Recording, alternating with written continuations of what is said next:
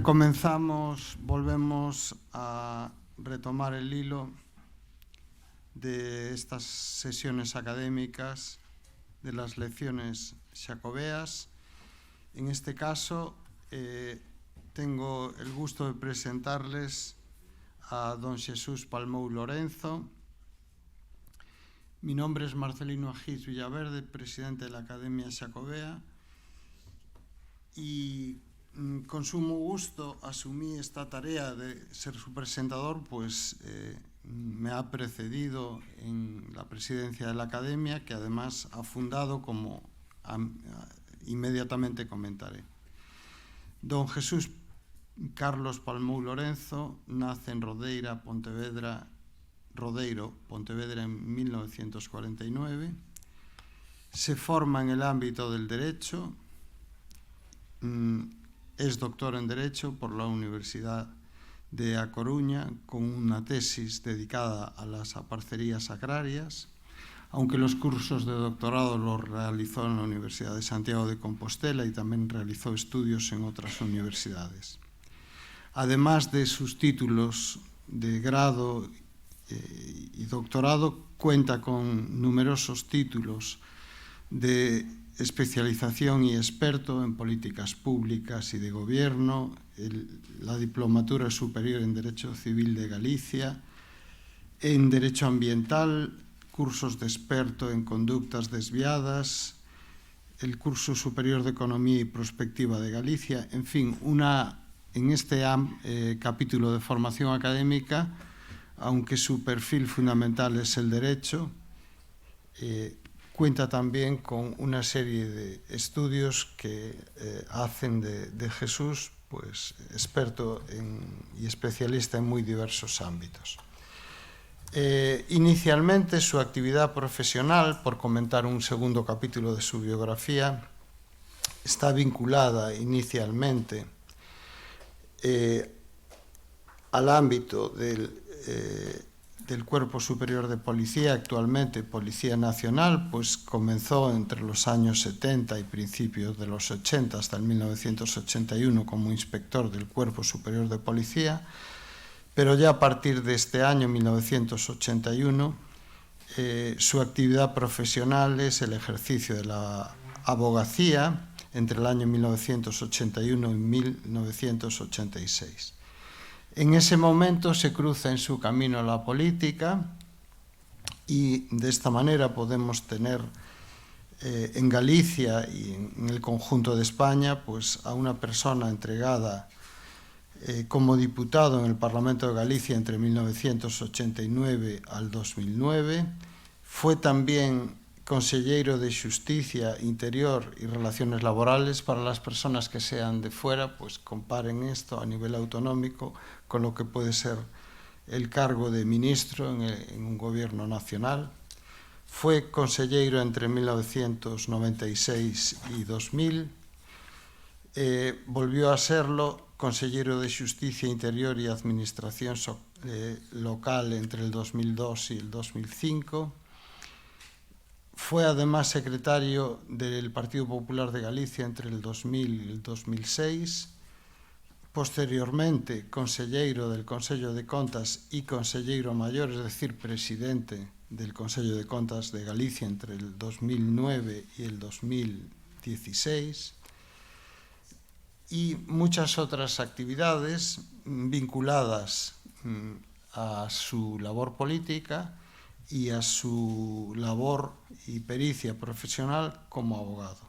Sin embargo, tiene también un tercer capítulo importante, que es su experiencia docente y su experiencia investigadora en muy distintas universidades, desde luego en la Universidad de Santiago de Compostela en su Facultad de Derecho, pero también en la Universidad de Vigo, en universidades que organizan actividades fundamentalmente en la época estival, como puede ser la Universidad Internacional Menéndez Pelayo, entre otras muchas, tanto de España como del extranjero. Destaco en particular la Universidad de Miami, en Estados Unidos. En el ámbito de libros y publicaciones, pues son muy numerosas sus publicaciones.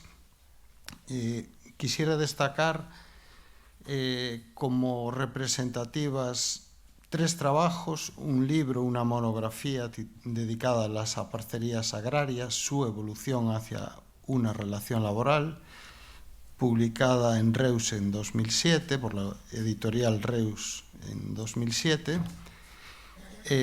que materializa y da a conocer, difunde los resultados de su tesis doctoral, y me gustaría destacar 2 publicaciones que tienen que ver ya con el último aspecto que quisiera comentar en esta breve presentación de don Jesús Palmou, relacionadas con el Camino de Santiago.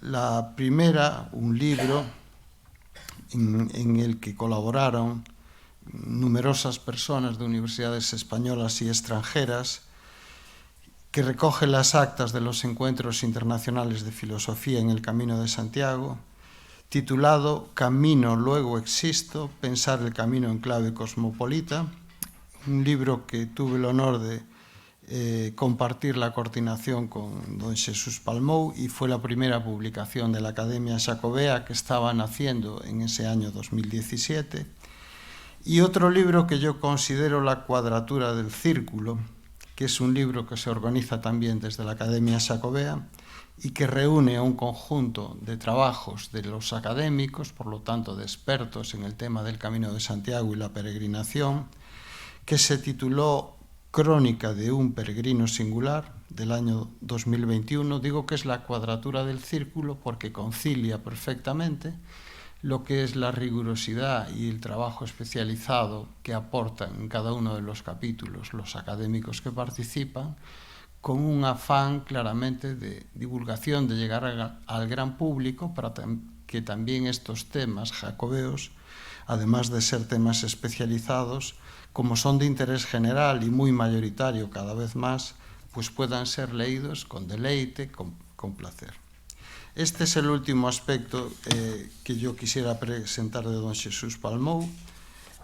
Ya ven que ha ocupado cargos de responsabilidad muy importantes en el ámbito político, en el ámbito laboral, en el ámbito profesional, pero es inevitable que yo termine subrayando como uno de sus logros y de sus mayores aportaciones a la cultura jacobea la creación de la Academia Xacobea, una academia especializada en el estudio y la investigación de temas del Camino de Santiago, la meta y la peregrinación, que comenzó a gestarse en el año 2016, quizás antes estaba ya entre sus proyectos más queridos, que se materializó en el 2017.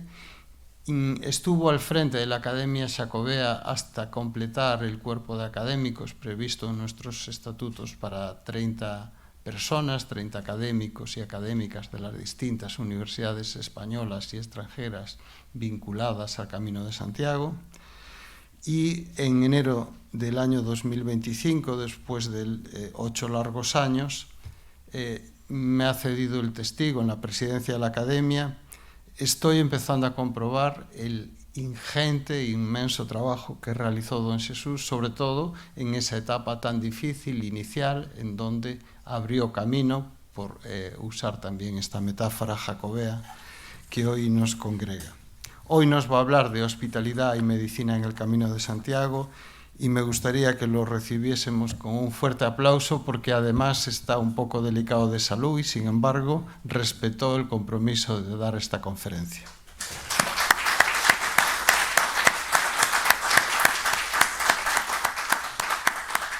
Muchas gracias. Buenos días. Muchas gracias, Marcelino, por esta presentación llena de afecto, y muchas gracias a los organizadores, a los directores de estas jornadas, por haberme invitado y concederme así el honor de poder dirigirme a todos ustedes para hablar de un tema importante en el Camino de Santiago, como es la hospitalidad y la medicina.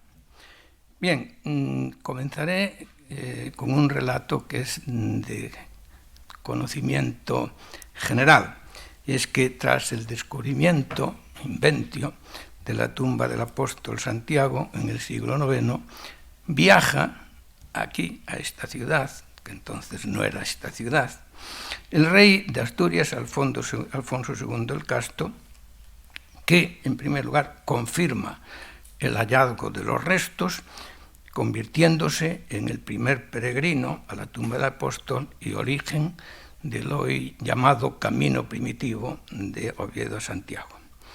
Esta noticia se difundirá por el mundo cristiano rápidamente, convirtiéndose esta ciudad en uno de los más importantes centros de atracción de peregrinos a lo largo de toda la Edad Media, junto con Jerusalén y Roma, como ya se ha dicho aquí en la anterior conferencia.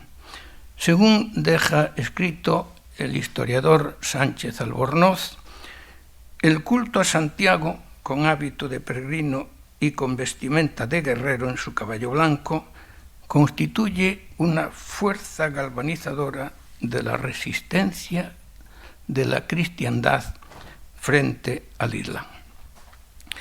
También en la obra cumbre de nuestra literatura, Don Quijote la Mancha, en respuesta del ingenioso hidalgo a su escudero, relacionada la pregunta con el apóstol Santiago, podemos leer: «Simplicísimo eres, Sancho», respondió Don Quijote, «y mira que este gran caballero de la Cruz Bermeja háselo dado Dios a España por patrón y amparo suyo, especialmente en los rigurosos trances que con los moros españoles han tenido, y así le invocan y llaman como a defensor suyo en todas las batallas que acometen, y muchas veces le han visto visiblemente en ellas, derribando, atropellando, destruyendo los agarenos escuadrones. Y de esta verdad te pudiera traer muchos ejemplos que en las verdaderas historias españolas se cuentan. Y hago estas citas porque nos dan idea de la importancia de la figura del apóstol Santiago en la reconquista de la península ibérica, de la lucha de los cristianos, de la cristiandad contra los moros, y en consecuencia también de la importancia de esta reconquista de la península, de la lucha de los cristianos contra los moros en la promoción del Camino de Santiago. Es lo cierto que la reconquista ha sido un importante, sin duda, un importante impulsor de la peregrinación a Santiago. Inicialmente, en la medida en que los sentimientos religiosos están presentes en la esencia de la peregrinación, la Iglesia católica asume un especial protagonismo en su apoyo a través de la hospitalidad, dando así cumplimiento a una de las obras de misericordia del cristianismo, de la Iglesia católica, que es dar posada al peregrino.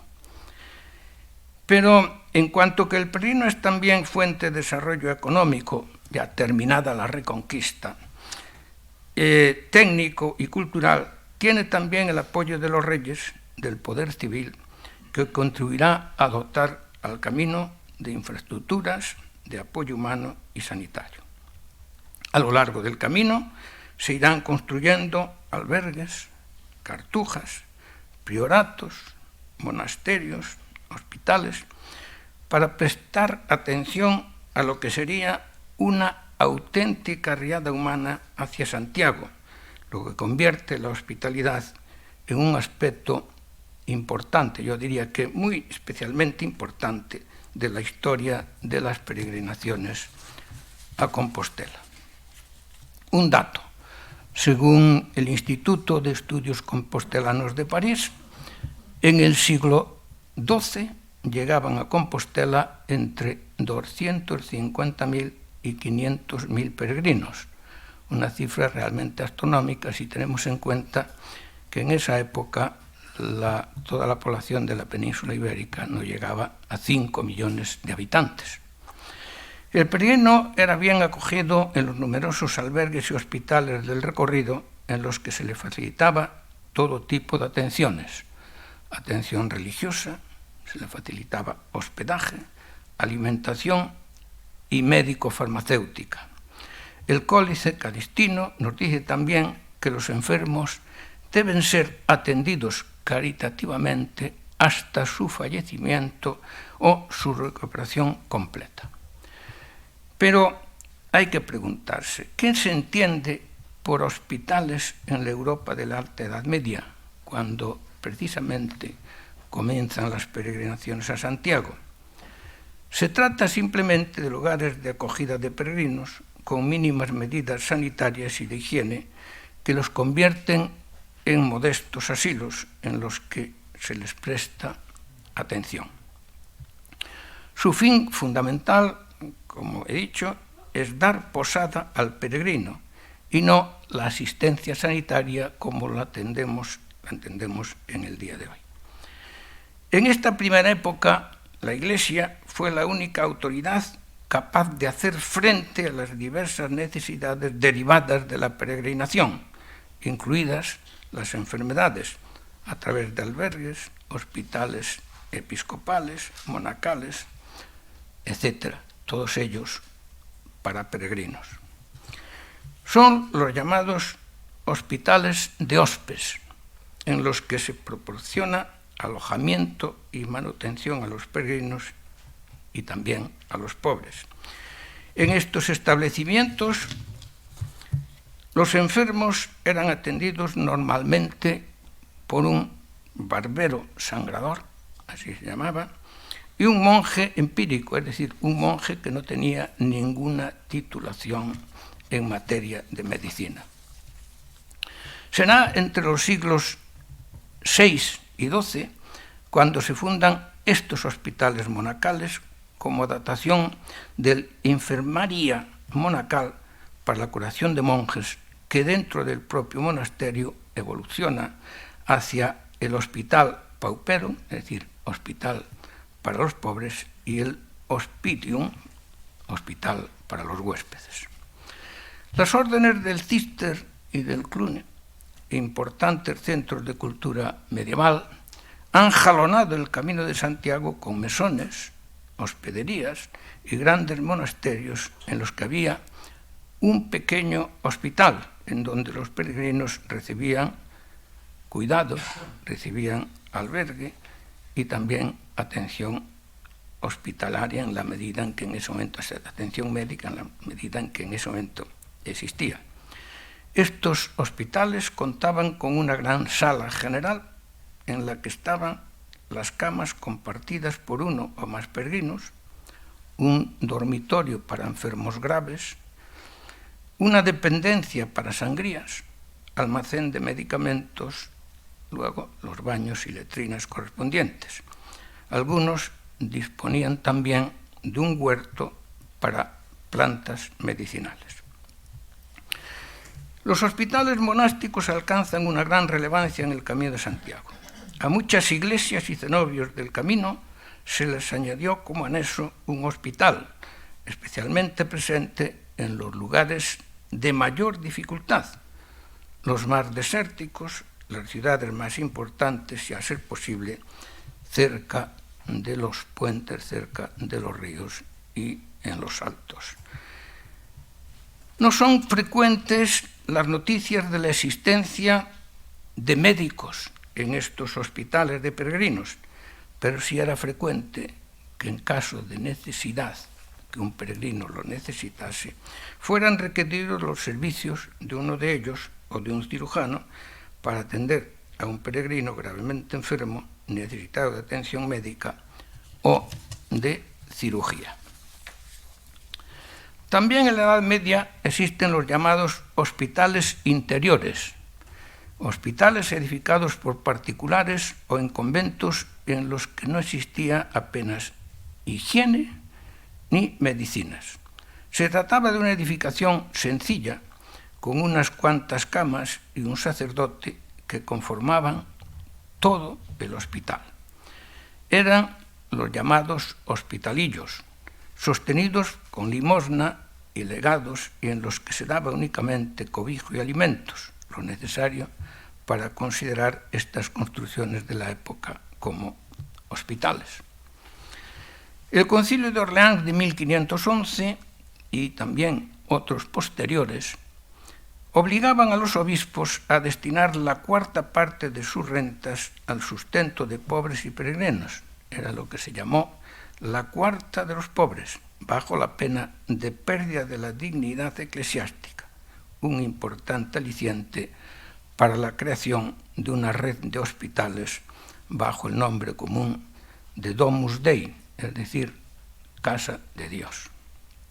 Las órdenes militares religiosas también prestaron especial atención a los hospitales en las rutas jacobeas, especialmente en el Camino francés, lógicamente la más importante de estas rutas.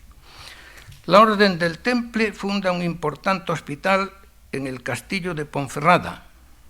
La de San Juan de Jerusalén establece importantes fundaciones hospitalarias, entre las que destacan la de Portomarín, en la provincia de Lugo, el Hospital de Órbigo, en León, y el de Villaplana, en Asturias.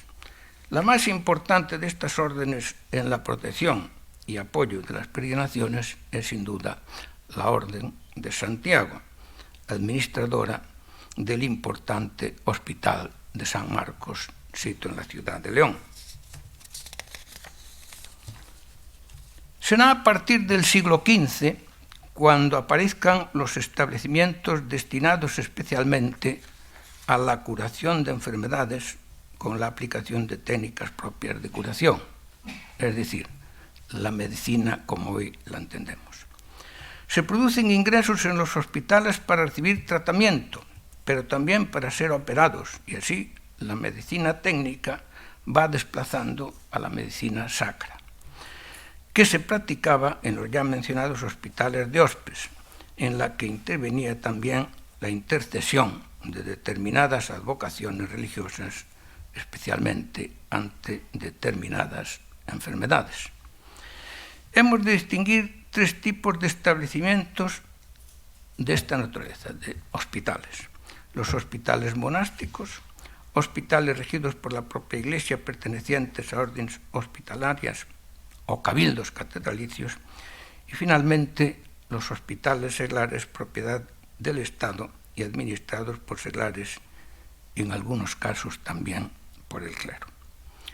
Esta evolución en la asistencia hospitalaria se acentúa con la aparición de los hospitales civiles. En los siglos XV al XVIII, los poderes civiles empiezan a considerar la asistencia a menesterosos, peregrinos y enfermos como un deber de las instituciones políticas, de las instituciones públicas, con la consecuente secularización de la asistencia sanitaria también de los peregrinos. En este periodo surgen hospitales civiles, hospitales reales, hospitales municipales y hospitales burgueses, poniéndose las órdenes religiosas al servicio del enfermo, pero ya en los hospitales civiles, pasando la beneficencia de manos eclesiásticas a manos civiles. La corona y las ciudades construyen hospitales a los que se dota de las rentas necesarias para su normal funcionamiento. Veamos ahora los hospitales en el Camino de Santiago. Ya el Códice Calistino decía e insistía en que todo el mundo debe recibir con caridad y respeto a los peregrinos que se vuelven o se dirigen al solar de Santiago, pues todo el que les recibe y hospeda con esmero tendrá como huésped no solo a Santiago, sino al Señor. Los peregrinos de Santiago, pobres y ricos, tienen derecho a la hospitalidad y a una acogida respetuosa. Pero ¿cuáles eran las necesidades básicas del peregrino? Las necesidades básicas del peregrino eran, lógicamente, en primer lugar, el alimento y en segundo lugar, el descanso. y para ello, lógicamente, tienen que aparecer los albergues en los que reposaban y eran atendidos en sus dolencias desinteresadamente, recibiendo techo, recibiendo lecho, fuego y prestaciones alimentarias. Esto, digamos, era lo fundamental que necesitaba todo peregrino. El libro quinto del Códice Calistino, considerado la primera guía del Camino de Santiago francés a la Catedral Compostelana, dedica un capítulo a los hospitales y cita como ejemplo tres hospitales situados en las rutas a los centros de peregrinación cristiana medieval: Santiago, Jerusalén y Roma. Y en el Camino de Santiago menciona concretamente al más importante en ese momento, que era el Hospital de Santa María de Roncesvalles. Dice: están situados estos hospitales en puntos de verdadera necesidad.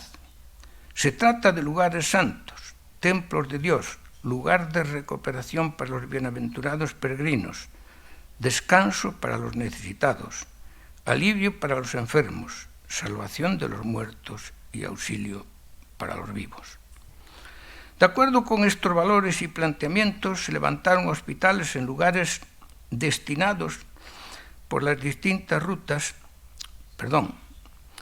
diseminados por las distintas rutas que desde cualquier punto de Europa convergían en Santiago. Ya se ha dicho que durante siglos los sínodos, monasterios y conventos, también parroquias, cofradías y particulares de los lugares más transitados por los peregrinos, organizaban un hospital, un albergue, a veces con solo 2 o 3 camas, en el que los peregrinos descansaban y reponían fuerzas para continuar el viaje, permaneciendo en él solamente los días necesarios para que sus condiciones les permitieran continuar el camino.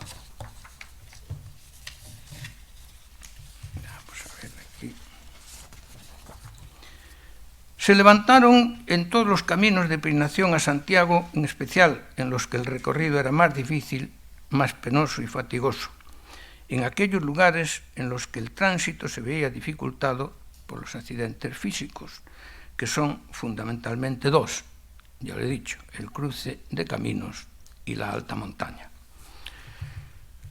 Respecto a los hospitales situados en los puertos de montaña, destacan por ser puerta de entrada de los caminos de Europa a la península Santa María de Roncesvalles, ya citado, y Santa Cristina de Somport, al que el rey de Aragón, Pedro I, hizo una donación en el año 1100 precisamente para poder atender a los peregrinos. Ya en el interior destaca el Hospital de Santa María de Cebreiro. Ya en Galicia, tras la subida al Cebreiro, construyeron los benedictinos un santuario hospital que los reyes católicos, con ocasión de su visita a Santiago en 1486, ordenaron que se arreglase y dotase vinculándolo a San Benito de Valladolid, es decir, no a ninguna institución gallega, sino a San Benito de Valladolid. En dicho santuario sitúa la leyenda un hecho milagroso que le ha dado un especial renombre. En el camino primitivo, Alfonso II el Casto y los peregrinos del siglo IX, cabe mencionar los hospitales del Puerto de la Espina y el de Fonfría, este último fundado a instancia de los reyes católicos en la Sierra del Acebo, entre Galicia y Asturias, en un puerto de sierra despoblado donde dicen que acaecía que los romeros que iban a Santiago y los otros caminantes que pasaban por el dicho camino recibían mucho detrimento a causa de no haber ventas ni población a lo largo del camino en dicho puerto. También en el mismo camino existía el Hospital de Montouto, del que hoy solo se conservan unas ruinas.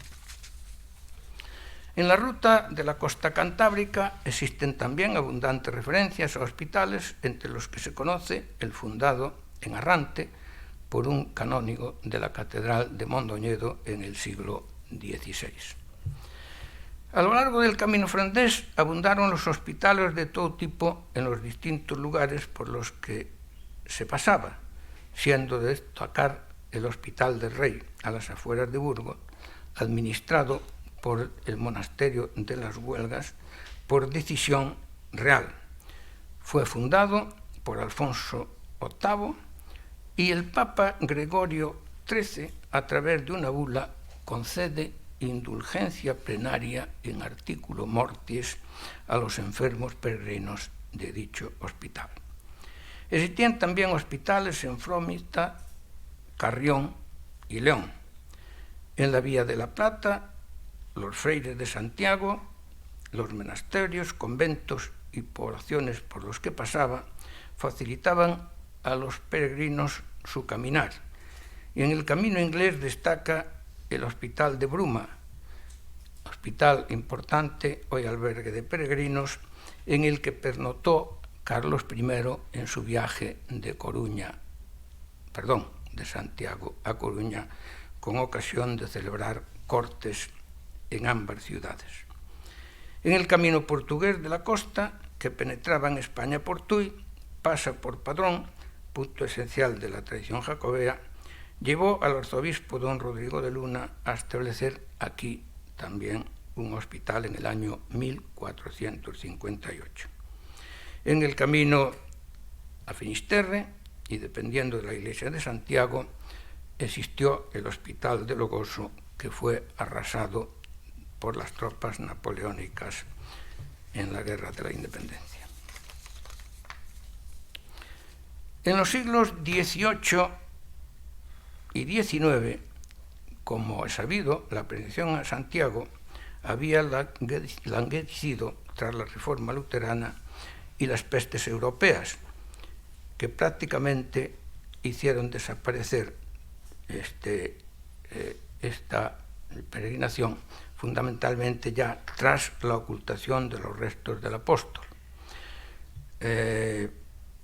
Y como consecuencia, muchos de estos hospitales desaparecieron al ser absolutamente innecesarios. Me refiero a estos hospitales del camino. Ya en el siglo XX, al renacer las peregrinaciones, especialmente en el camino francés, van apareciendo una serie de albergues, pero en este caso de manos de la autoridad civil, de las asociaciones y particulares, en los que ya apenas tiene participación alguna las organizaciones religiosas. Una red de albergues que en principio se establecieron en el camino más conocido, el más difundido, el más transitado, el camino francés, y que se van extendiendo a las demás rutas históricas. Estos nuevos albergues han sucedido a los antiguos hospitales, están sucediendo a los antiguos hospitales del camino. Veamos el cuidado de los enfermos y peregrinos en Compostela. Ya a finales del siglo IX, el obispo Sisnando reedificó la iglesia de San Félix del Obvio, construyendo a su lado una casa que sirvió de vivienda a los ministros jubilados del templo apostólico y de hospedaje a los pobres peregrinos. Así lo recoge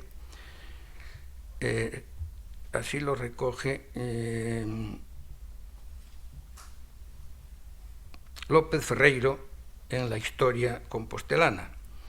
Pudiera ser que este fuera el primer hospital de peregrinos de la ciudad de Santiago. Gelmírez, en el siglo XII, también según historia compostelana, dona la mitad de las limosnas de ciertos altares al hospital de peregrinos e inválidos que él mismo manda construir próximo al Palacio Arzobispal.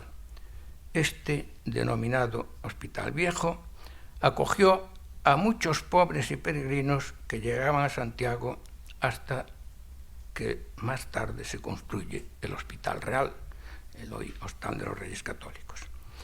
La Cofradía de Plateros de Santiago, de importante poder económico y gremial, poseía un hospital al pie del camino, junto al puente de Ribadiso. Se tiene conocimiento de otros centros menores, como el Hospitalillo de Jerusalén, situado seguramente entre las calles de Azabechería y Troya. Pero fue la catedral, en sus tribunas, el mayor albergue de peregrinos a lo largo de la Edad Media, la catedral, dentro de la catedral. En 1450, el canónigo de Deza, rey Sánchez de Moscoso, deja su propia casa para establecer en ella un hospital de peregrinos, que dejó de cumplir esta función al entrar en servicio el importante en aquella época Hospital de San Roque, en 1578, fundado por el arzobispo Francisco Blanco. En 1486, como ha sabido, los reyes católicos visitan Santiago y, tras esta visita, deciden fundar un hospital bien dotado, ya que los existentes no eran adecuados ni suficientes para los muchos pobres y peregrinos que desde los diversos puntos de diversas partes del mundo visitaban la iglesia del Santo Apóstol. La construcción de este hospital, no exenta de dificultades sobre su desplazamiento y también su administración, dificultades que resuelve el deán Diego de Muros acogiendo la decisión de los reyes católicos que le comunican, y decía: concurren muchos peregrinos y pobres de muchas naciones a visitar el bienaventurado señor Santiago, apóstol y patrón de nuestras Españas. Hay muchas necesidades de un hospital donde se acojan los pobres peregrinos e enfermos que allí vinieren en romería. Pero ya antes de que este hospital estuviera terminado, estaba en construcción pero no terminado, los reyes católicos emiten una real cédula ordenando a don Diego de Muros la compra de 100 camas para los peregrinos que llegarían a Santiago con motivo del Año Santo 1501, autorizándole al señor Diego de Muros a alquilar las casas necesarias y a pagar los salarios necesarios a los encargados de atender a estos peregrinos. El interés y desvelo de los reyes católicos dio su fruto, entrando en servicio un hospital que levanta la admiración de quienes en él se alojaban. El Hospital Real de Santiago, atendido con ingresos recibidos tras la victoria en la conquista de Granada y 1/3 de las rentas del llamado Voto de Santiago. Supone realmente este hospital un verdadero hito en la hospitalidad de peregrinos en esta ciudad de Santiago y también en el camino. En el año 1953, al construirse el hospital de Galeras, lógicamente deja de ser hospital para convertirse en hostal. Había otros hospitales en Compostela, la Compostela de entonces, de escasa relevancia y dudas sobre su funcionamiento, según pone de manifiesto la frase del arzobispo compostelano en la contestación a Felipe II en el año 1571, en la que le dice: en este arzobispado, en alguna parte de él, hay algunas casillas donde se acogen pobres como en píos lugares que, por no ser hospitales formados, ni tener renta ni bienes aplicados, ni hacer hospitalidad en ellos, no resuelven el problema. Veamos la botica en el Camino de Santiago. En la medida en que los hospitales evolucionaron, desde simples casas de huéspedes hacia centros en los que se practicaba ya medicina, se practicaba ya la curación de los enfermos, aparece también la asistencia farmacéutica. Monjes y clérigos ejercieron la profesión médica durante el primer periodo de la Edad Media. Posteriormente, a los monjes se les prohíbe expresamente frecuentar universidades para estudiar medicina y cirugía. Prohibición que luego se extendió a la cirugía. Primero a medicina y practicar el arte de curar, luego también a la cirugía, quedando los monjes como simplemente modestos enfermeros. Sin embargo, cuando la profesión médica ya se ejerce por seglares, la ciencia farmacéutica se sigue practicando en los monasterios por los denominados monjes boticarios, a través de la preparación y dispensa de los medicamentos en sus hortos medievales y pocionarios. Aparece así la botica, considerada en principio como un arte envuelto en complejos conocimientos llenos, en muchos casos, de secretos y de hermetismo. Pero la botica es también una ciencia que se basa en conocimientos experimentales y que el boticario adquiere a lo largo del tiempo y de otros boticarios con más experiencia. El Camino de Santiago fomentó la instalación de boticas en los conventos y monasterios existentes a lo largo del mismo, con la finalidad de producir los fármacos necesarios para la curación, lógicamente, de los monjes, pero también de los peregrinos. La regla benedictina impuso la creación en sus monasterios de boticas para la atención de los miembros de la comunidad religiosa y de los pobres peregrinos. Junto a las boticas existe un jardín botánico o huerto del boticario en donde se cultivan las plantas medicinales para la elaboración de pócimas, plantas con principios activos que causan reacciones favorables con fines terapéuticos en el cuerpo humano, vinculando así botánica y medicina. Por razones de tipo religioso, el Concilio de Clermont de 1130 prohíbe el ejercicio de la medicina en los monasterios y demás centros religiosos, aunque sí permitía el cultivo de plantas medicinales y también la elaboración y dispensa de preparados medicinales en estos monasterios.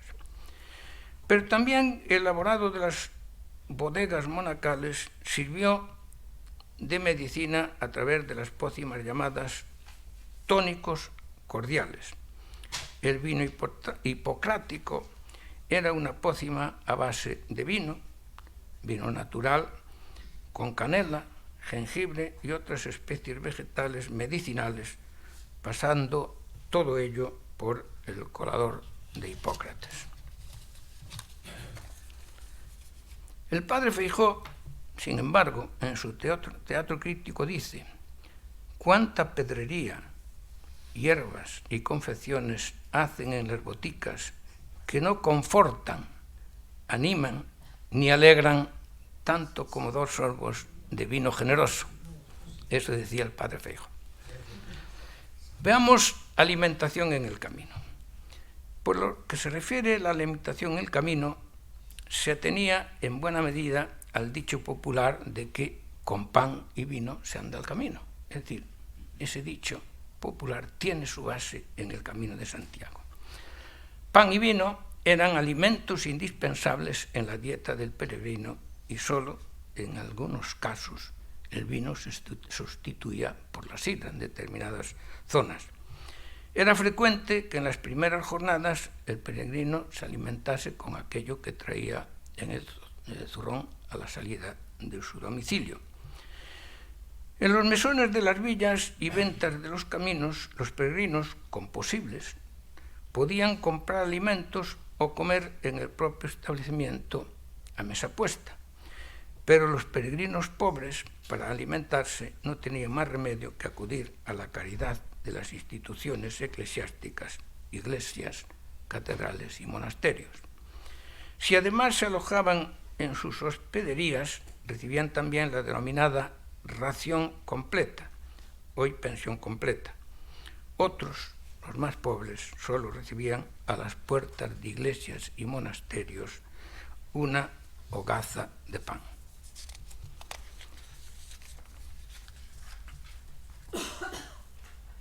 En una de las donaciones de Sancho VII de Navarra a Santa María de Roncesvalles, se establece que tiene por objeto dar alimento a 10.000 pobres, entre ellos a los peregrinos a Santiago que acudían al hospital.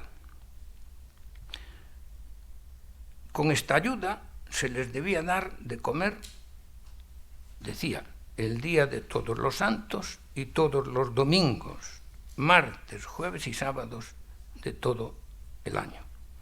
La ración era pan y una media de vino o sidra y carne, los días en que estuviese permitido el consumo de carne, y si no, queso y otros condimentos en equivalencia a la carne.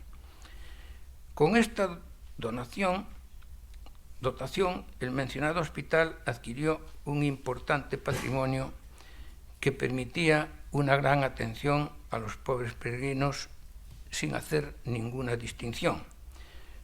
Como ejemplo de fraternidad, en la fachada de dicho hospital, en el siglo XIII, se podía leer: la puerta se abre a todos, enfermos y sanos, no solo a católicos, sino aún a paganos, judíos, herejes, ociosos y vanos, y más brevemente a buenos y profanos.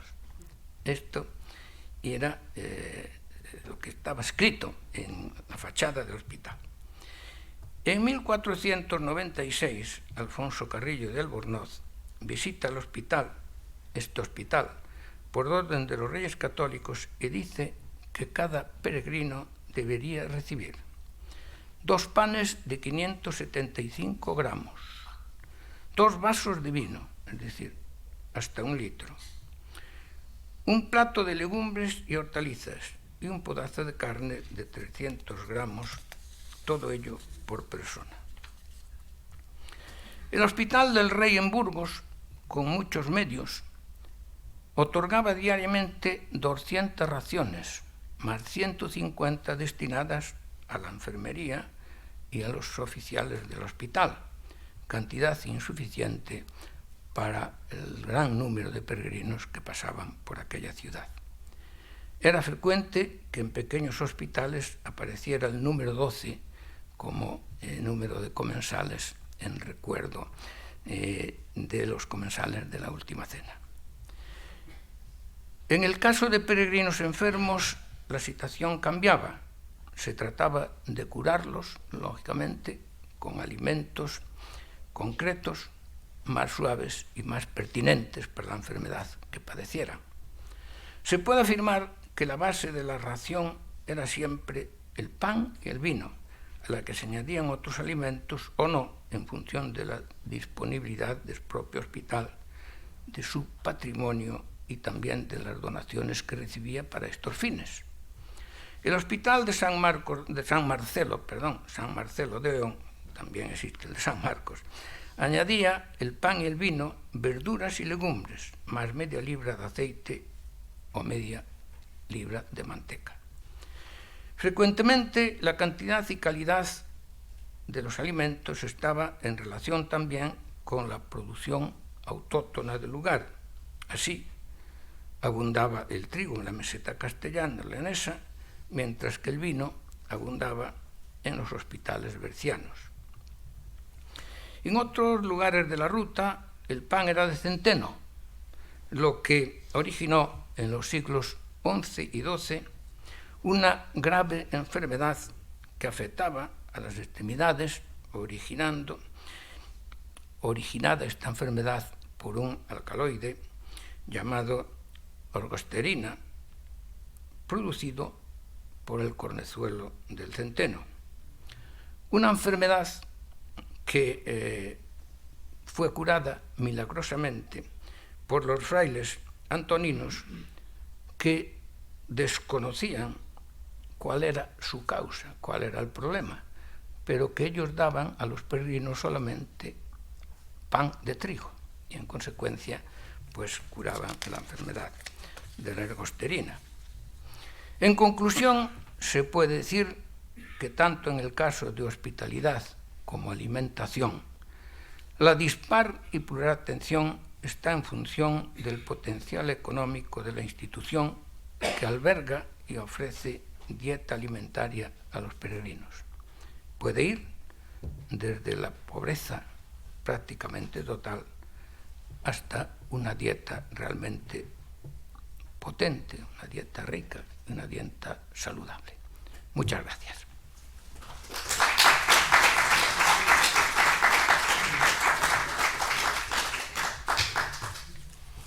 Pues muchas gracias, don Xesús Palmou. Ya ven que ha abierto distintos aspectos relacionados con la hospitalidad, el cuidado de enfermedades, la alimentación. Y si tienen alguna curiosidad, alguna pregunta, pues es el momento de hacerla. Miguel Taín, el profesor Miguel Taín, en primer lugar. Abro yo el diálogo. Muchas gracias por la conferencia.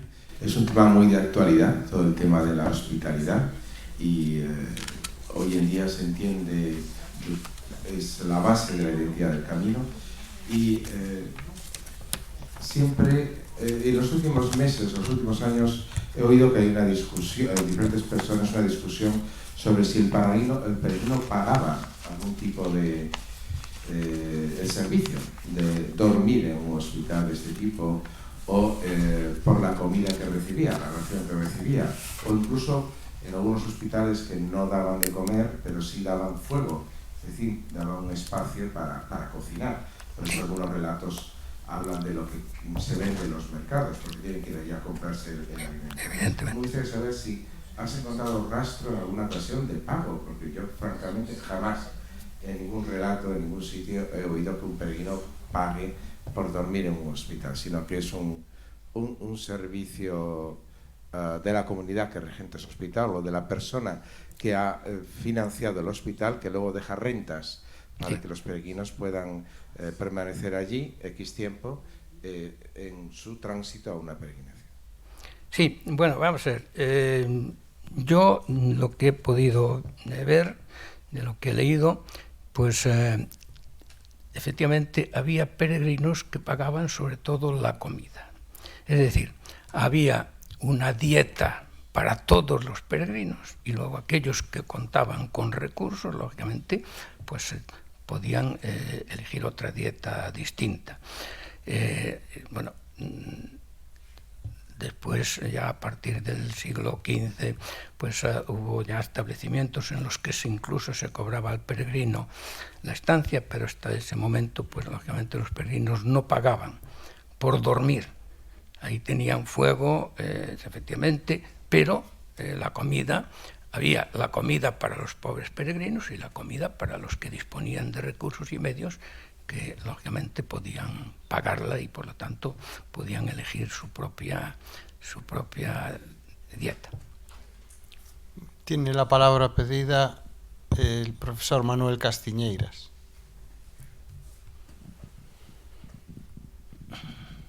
Hola, es una curiosidad, porque en los monasterios benedictinos existía la tradición de cambiar el menú algunos días en relación a los fundadores o en relación a alguna fiesta del santo del monasterio. Imagino que en los hospitales podía haber cambio o algo especial en relación al aniversario del fundador, Sí, sí. o algo especial en relación a una fiesta en concreto de la dedicación del hospital o lo que sea. No lo sé si hay algún caso interesante para comentar. Imagino que en el Hospital del Rey, quizás, no lo sé. Vamos a ver, efectivamente, en el Hospital del Rey había determinados días. Luego hay otro hospital en donde ya se establece determinado, en el hospital de la entrada a España desde Francia. Bueno, ahí ya se establece que determinados días pues hay una comida determinada, mientras que otros días no la hay. Es decir, que hay efectivamente, y luego, bueno, hay las celebraciones en donde pues ese día a los peregrinos se les da pues una atención especial. Sí, tiene, no sé su nombre. Hola, soy Elvira, de una asociación francesa. Queríamos a ver si nos podía enseñar de nuevo el mapa y decirnos de qué época es el mapa en que nos ha mostrado. 1642. Sí.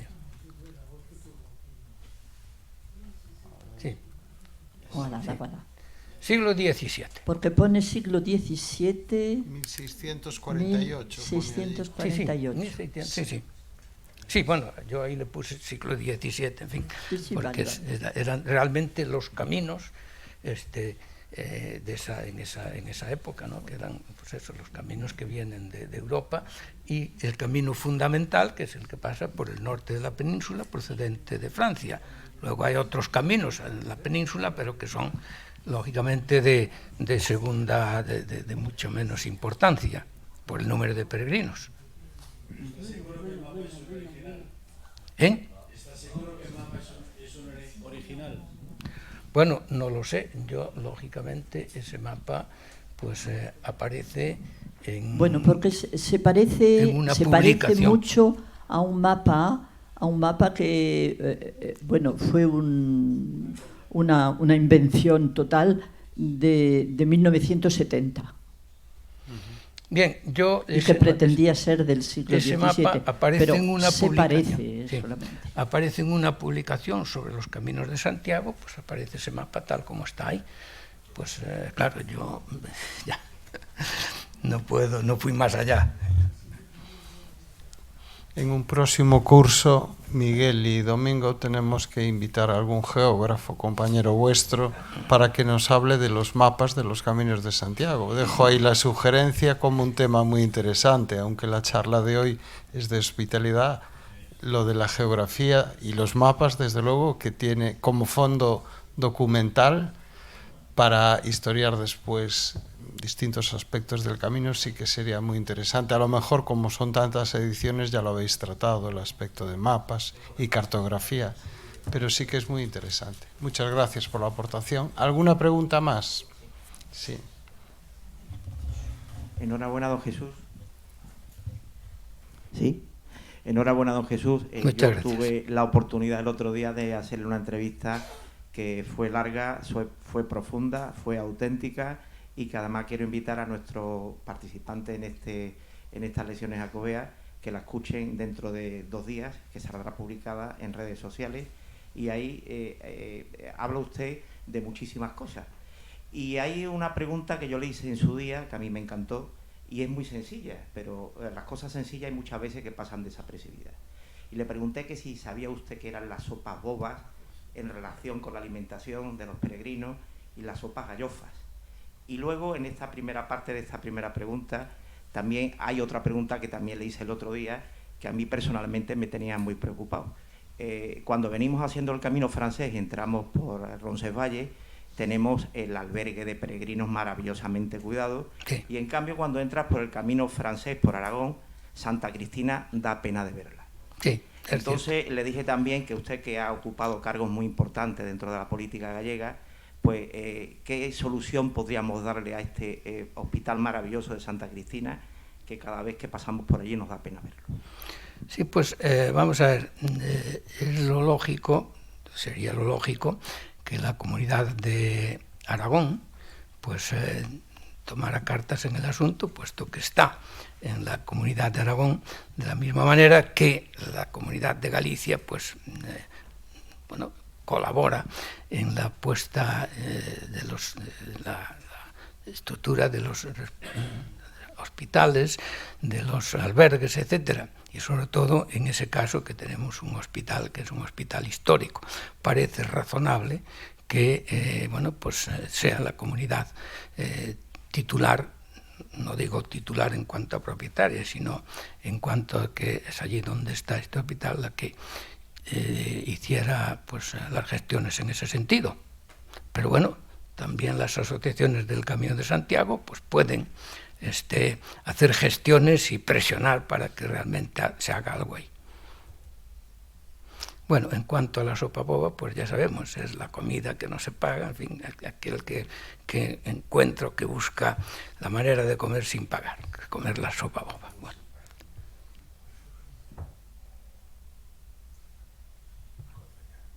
Muy bien, pues no hay más preguntas, agradezco las que formularon y despedimos nuevamente a don Xesús Palmou con un aplauso, agradeciendo que a pesar de que está frágil coyunturalmente hoy, haya estado con nosotros. Muchas gracias, Xesús.